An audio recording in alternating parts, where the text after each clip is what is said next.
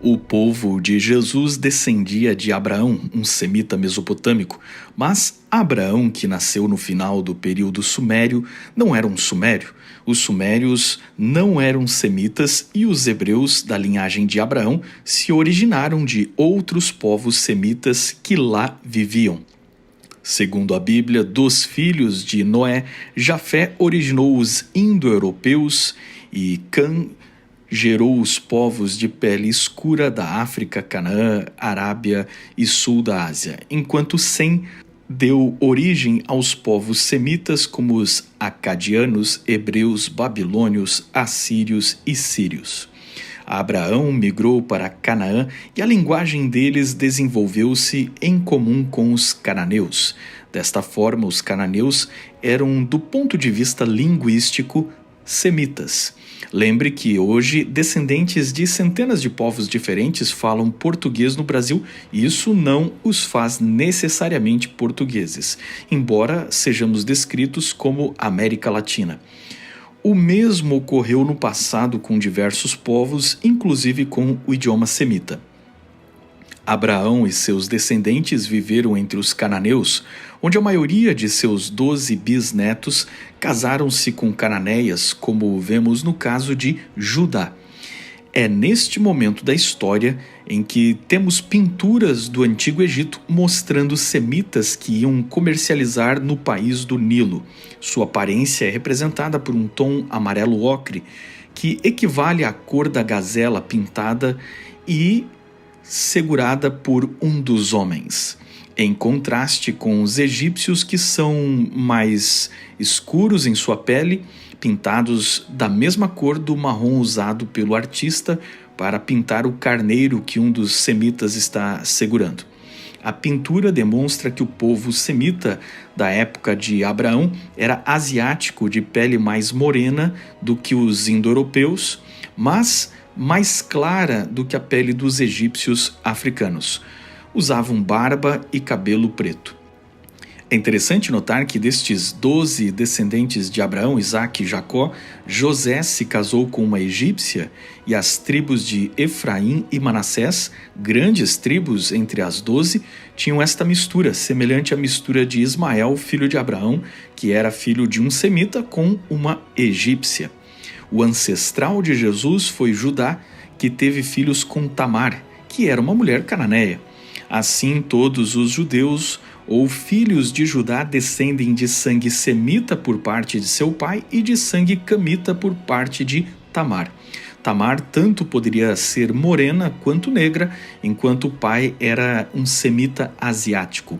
O mesmo pode ser dito de Raabe, que é outra cananita que entrou para a linhagem da qual vem o rei Davi, que também é descendente de uma ancestral moabita, e os moabitas eram semitas. Davi é descrito como ruivo, o que sugere um moço de pele branca, mas, como vimos até aqui, na formação étnica judaica, há componentes dos mais variados, inclusive na mesma família, desde semitas asiáticos, cananeus de pele mais escura e, como vemos, os que têm pele semelhante aos atuais árabes. Até pessoas negras que entraram para a família quando eles estiveram no Egito. O mesmo pode ser visto com Moisés, descrito como casado com uma esposa cuxita, termo que naquela época descrevia pessoas de pele negra, o que não necessariamente significava que eram pessoas do país de Cuxi. A ideia de uma raça pura semita ou raça pura branca ou ainda raça pura negra é uma falácia que não faz o menor sentido nem no texto bíblico, nem na história. O que encontramos em toda a Bíblia é variedade de pessoas e de tons de pele. Por si só, isso já coloca abaixo todas as teorias conspiratórias e teorias racistas. A resposta histórica para qual era a aparência dos antigos judeus é variedade, predominando o tipo oriental semita de pele bronzeada, cabelos e olhos negros. Lembre que ainda temos o período assírio e babilônico de domínio mesopotâmico sobre os judeus. A seguir, eles estiveram décadas sob influência persa, que é uma linhagem de povos iranianos, portanto brancos, como os europeus. Depois estiveram pelo menos 2 séculos com uma presença grega nas suas terras, até chegarem os romanos, povos latinos. O mito de que eles nunca se misturavam com esses povos não tem fundamento. Veja, por exemplo, o caso de Timóteo, que tinha pai grego e mãe judia. Judeus que foram para a África se tornaram comunidades negras como povos de lá, com os quais eles se misturaram, enquanto judeus do Oriente Médio e Mediterrâneo preservaram o tipo árabe com quem estiveram mais relacionados. Já os judeus que mais tarde foram para o norte da Europa assimilaram aspectos loiros e de olhos claros. Isso de modo algum quer dizer que eles deixaram de ser judeus, e mesmo estes judeus tão diferentes em aparência entre si, muitas vezes compartilham alguns haplogrupos de DNA comuns a todos os povos semitas. Dentro deste quadro de variedade de aparência, que sem dúvida já existia na época do Império Romano entre os judeus, imaginamos, e apenas imaginamos, que pela linhagem de Jesus ele se parecia com a média da aparência dos povos judeus vivendo no Oriente Médio naquela época. Em 1990, Richard Neve, um dos maiores reconstrutores forenses do mundo, a pedido de um documentário da BBC, tomando um crânio achado em um túmulo de Israel do primeiro século, reconstruiu o que foi chamado de o rosto de Jesus. O resultado, independente da cor de cabelo e pele, foi um homem com uma expressão facial como aquelas antigas representações de homens da caverna com cara de tolo ou seres primitivos, mais atrasados, com pouca inteligência. Não que a aparência não poderia ter sido esta, com esta cor de pele ou cabelo, ou este formato de nariz. A pergunta que fica ao olhar esta imagem é: por que este homem foi retratado com este olhar de retardado e com a boca semiaberta? O designer brasileiro Cícero Moraes fez uma versão com expressão e personalidade muito mais coerente com um homem que encantou as multidões. Sua versão de Jesus é um homem com olhar e expressão de pessoas normais e bem mais simpático. Cícero optou por uma barba e cabelo mais africana e a pele ainda mais morena do que a outra representação que vemos. Nada impede que seu cabelo e pele tenha sido assim, mas pode ter sido ainda bem diferente disso.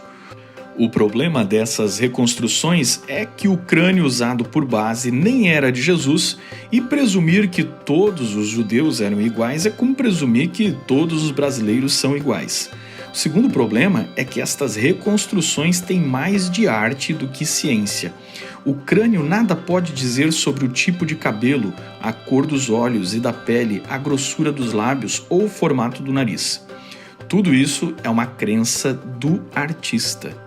Já o artista holandês Bas Uterwijk, utilizando programas de computador e fotos de pinturas de Jesus, incluindo a controversa imagem do Sudário de Turim, que tem quase nenhum crédito para teólogos e historiadores, resolveu publicar sua própria versão de como teria sido Jesus, com versão em cabelo longo ou versão em cabelo curto.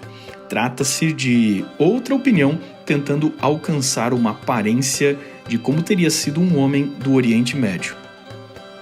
A Bíblia praticamente não descreve seus personagens e, no caso de Jesus, não há nenhuma descrição de sua aparência física, pois os profetas e apóstolos não viam qualquer necessidade disso. E sua cultura temia o costume de fabricar ídolos presente na cultura dos pagãos. Entre a patrística, o debate se Jesus era feio ou bonito existiu sem qualquer fonte precisa, tentando avaliar de modo grosseiro profecias do Antigo Testamento, como Isaías 53, que não objetivam debater a aparência estética do Messias. É presumível que, pelo tipo de profissão de Jesus, ele era um homem forte que foi capaz de aguentar o imenso desgaste físico da tortura que sofreu. Presumível também que deveria ter cabelo comprido e barba como o costume dos judeus de sua época e região.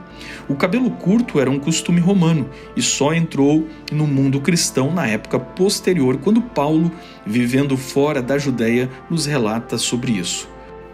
Tomando por base a média dos povos desta região e época, Jesus não seria nem branco e nem negro, mas um homem de pele azeitonada, como os judeus e árabes orientais, com cabelo e barba escura e olhos negros. Certamente, podemos descartar um Jesus loiro de olhos claros e de pele branca, como os europeus do norte.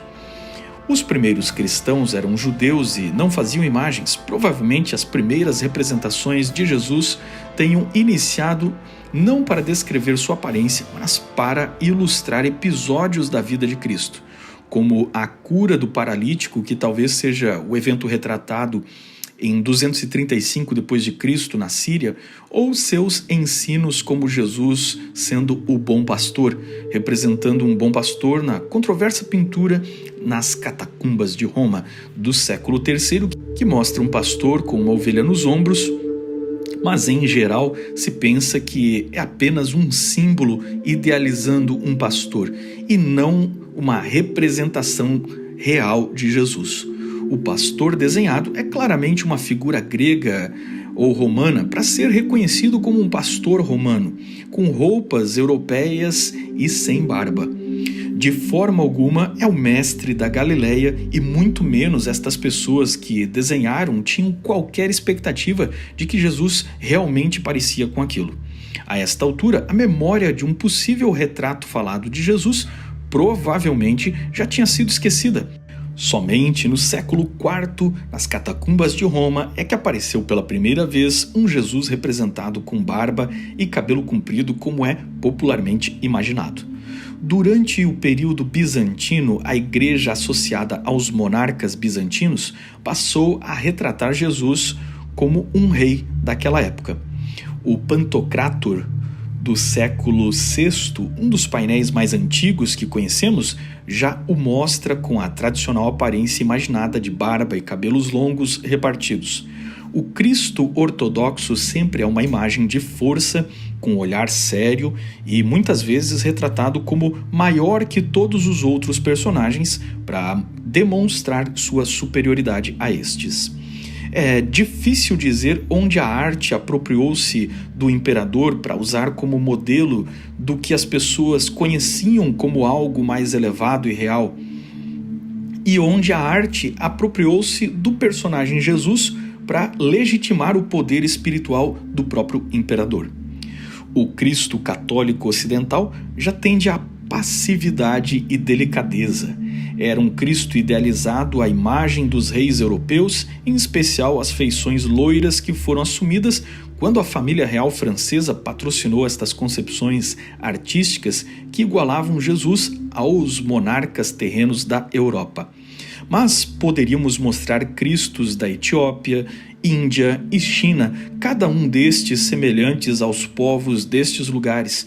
E mais uma vez temos dificuldade de saber até onde a arte está contextualizando a pessoa de Cristo e onde os povos destes lugares estão legitimando a si mesmos, tentando se parecer com o Salvador.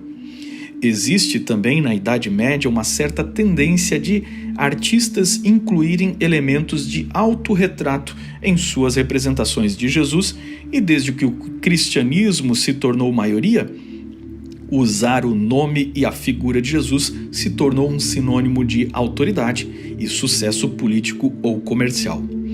A arte protestante relutou em ter figuras religiosas porque livrou-se da adoração das imagens, em especial no protestantismo calvinista. Mais tarde, porém, o mundo evangélico partiu para a busca de um Jesus que ilustrasse aos crentes as histórias bíblicas. Assim surgiu um Jesus anglo-americano ou até germânico, desenhado como um homem em geral de aparência de um homem forte, elegante, de pele e cabelos claros. No desenvolver histórico do mundo evangélico e pentecostal, esta apropriação da imagem não se limitou a uma figura visual. A apropriação ocorreu com o nome de Jesus, transformando Jesus num tipo de marca que legitimaria qualquer música, qualquer arte, qualquer procedimento, qualquer negócio. No Brasil, por exemplo, o termo gospel se degenerou, abarcando qualquer prática que apenas adicionasse o nome Jesus, legitimando qualquer expressão cultural como aceitável religiosamente. Os termos hebraicos, gregos e teológicos do cristianismo foram sendo transformados em marcas. Não que isso já não tivesse sido feito pelo catolicismo romano, pois o mesmo pode ser visto desde os nomes das nossas cidades do Brasil até diversos monumentos do nosso país. Obviamente, a religiosidade de um povo sempre é expressa em sua cultura e, em si, isso não é mal, e outras crenças, religiões não cristãs, não monoteístas fazem o mesmo e estão em pleno direito.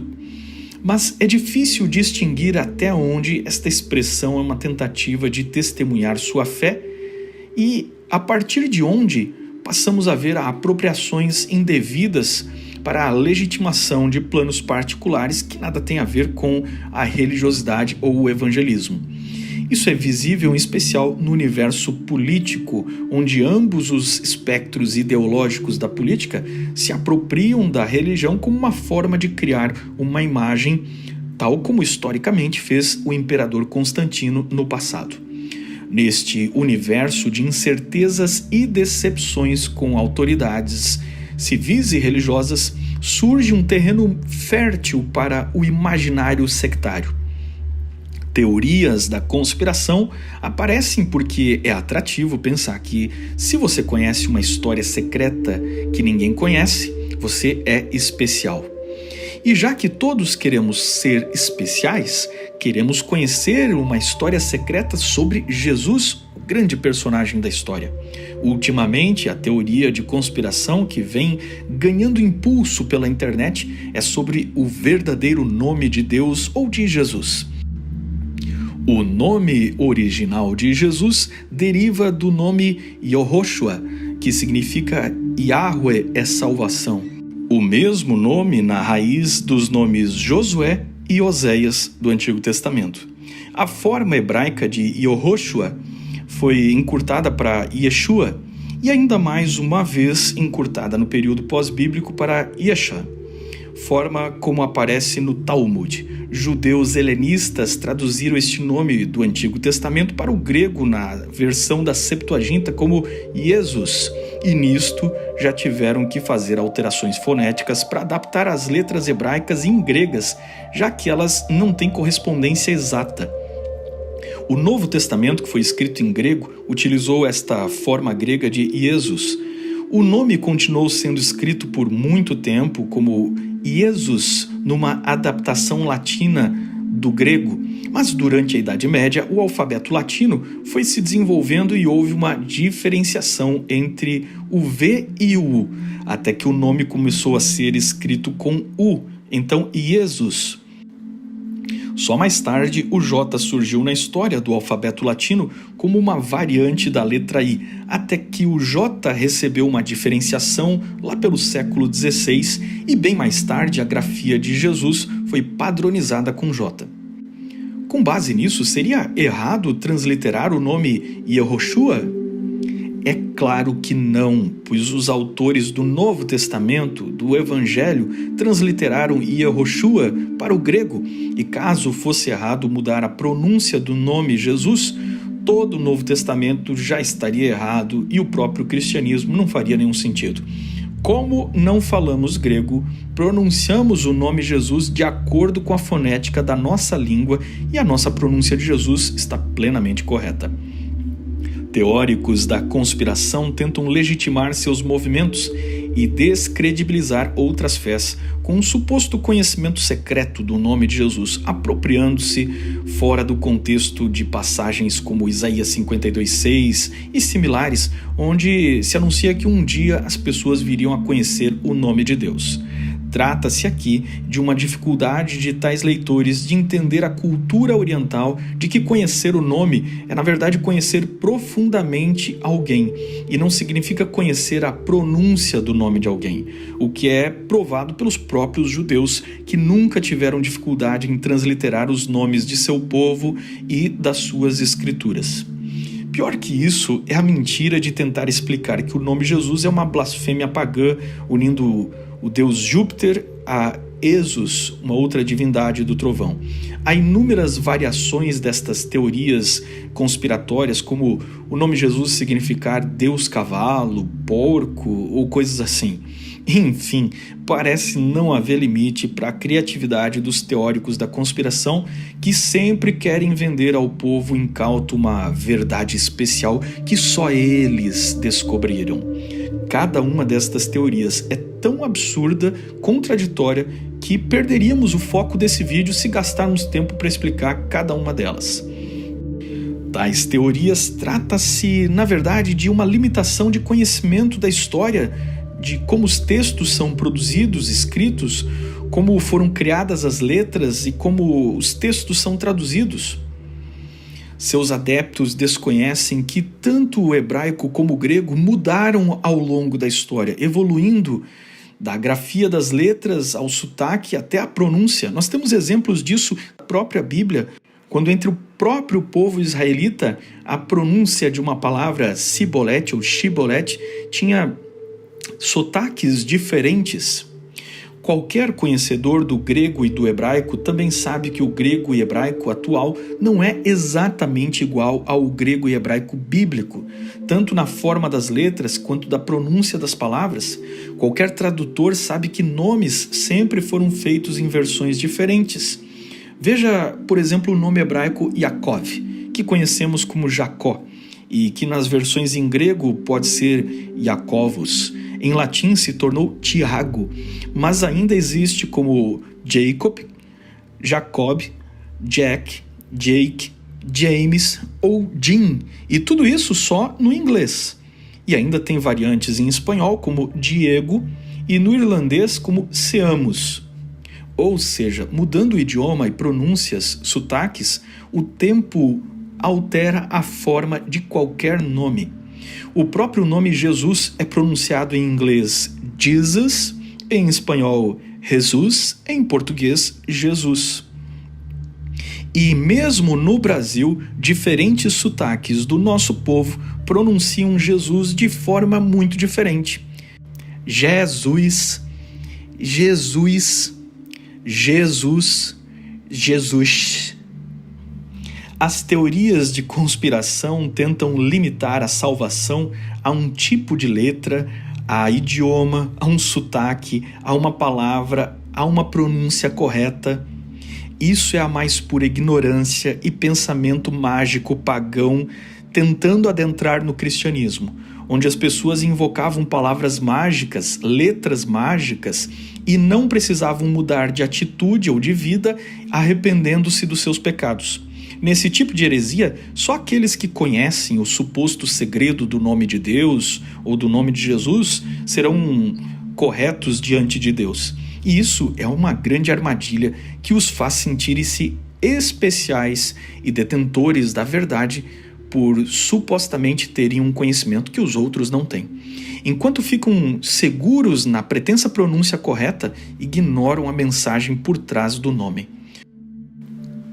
Um outro fator inegável também é o quanto a arte, modernamente na forma midiática, formou nosso entendimento sobre Jesus.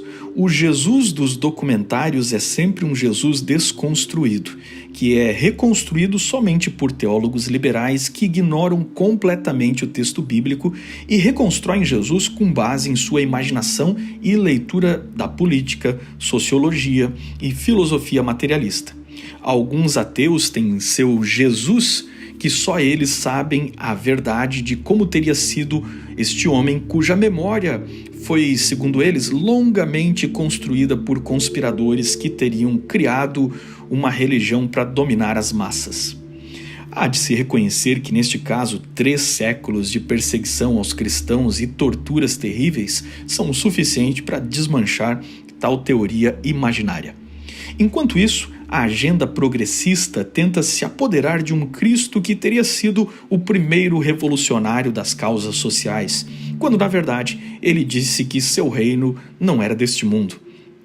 Novas narrativas também são construídas, onde Maria Madalena seria amante de Jesus, renegada pela história e recuperada no debate sobre gênero sexual, quando claramente este relacionamento de Jesus com ela nunca ocorreu e nem teve apoio bíblico ou histórico para isso. No cinema, dezenas de atores já interpretaram Jesus tanto sob ótica católica, protestante ou ecumênica. Entre os brasileiros estão o famoso Rodrigo Santoro, que interpretou Jesus no conto cristão Ben-Hur, e Maurício Gonçalves, que interpretou o Jesus Negro do Alto da Compadecida, adaptação da obra de Ariano Suassuna. O cinema internacional viveu diferentes momentos. Max von Sydow, ator sueco já falecido, foi em 1965 um Jesus de olhar triste e feições muito medievais e europeias.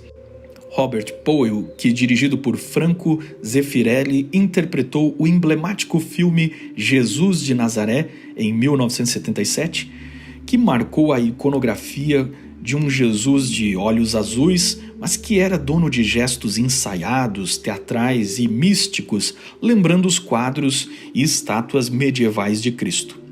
William Dafoe, do controverso filme A Última Tentação de Cristo, de 1988, admitiu que, independente de sua criação religiosa, há uma associação muito forte com aquilo que se representa. O português Diogo Morgano o interpretou em 2014, conferiu o tipo europeu e confessou publicamente que Jesus é a história definitiva de amor. Apesar de insistir no visual indo-europeu medieval, A Paixão de Cristo, de 2004, foi um fenômeno de bilheteria quando Mel Gibson dirigiu a adaptação interpretada pelo americano Jim Caviezel, que aprendeu aramaico para as falas, o que conferiu um elemento mais histórico no drama. Paixão de Cristo foi imensamente amado e odiado pela crítica e crentes. Ressurreição, de 2016, tornou-se um filme muito apreciado, ao estilo ficção como Ben-Hur, criando um romance que se passa com personagens paralelos à história real de Jesus. Mas neste filme, o Jesus euro-americano foi deixado de lado para ser interpretado por Cliff Curtis, o que marcou a busca por um rosto mais comum, mais étnico. Curtis, que já interpretou papéis de árabes e latinos, na verdade é neozelandês e descendente de maores, mas encenou um Jesus incrível e muito mais real aos olhos das pessoas. Curiosamente, o único Jesus interpretado por um ator israelense foi o do ator Aviv Alush, que representou Jesus em A Cabana, um drama que na realidade não é um filme sobre Jesus, e sim uma adaptação de um livro cristão com uma história fictícia sobre um pai que perde a sua filha. Recentemente, é o nova-iorquino Jonathan Roumie, com alguns traços menos anglo-americanos, com um nariz pontudo e barba espessa, que vem emocionando milhões de pessoas no mundo inteiro com a série de produção independente The Chosen. O ator comenta: "Sempre digo que brincar de Cristo acaba me tornando uma versão melhor de mim mesmo, porque aspiro a coisas maiores, a uma posição moral elevada do que antes de interpretá-lo." O ator, que é católico fervoroso, foi recrutado por Dallas Jenkins, um diretor evangélico, para juntos, segundo eles mesmos dizem, divulgarem o evangelho. A série é custeada por doações de todo mundo na forma da famosa vaquinha virtual e já bateu recordes, proporcionando 2 temporadas até o momento que gravo este vídeo, distribuídas por uma plataforma digital independente. A VidAngel informa que mais de 1 milhão de pessoas no planeta já assistiram à série. Jesus continua e continuará sendo um sucesso, porque sendo um de nós, pode ser asiático, europeu, africano e índio, afinal, Jesus é humano. Nunca teremos certeza sobre sua aparência, se é que isso importa, até que ele volte. Por que sua identidade e aparência é tão importante? A resposta é que queremos que ele se pareça conosco, mas poucos querem realmente desistir de quem são e se tornarem parecidos com ele.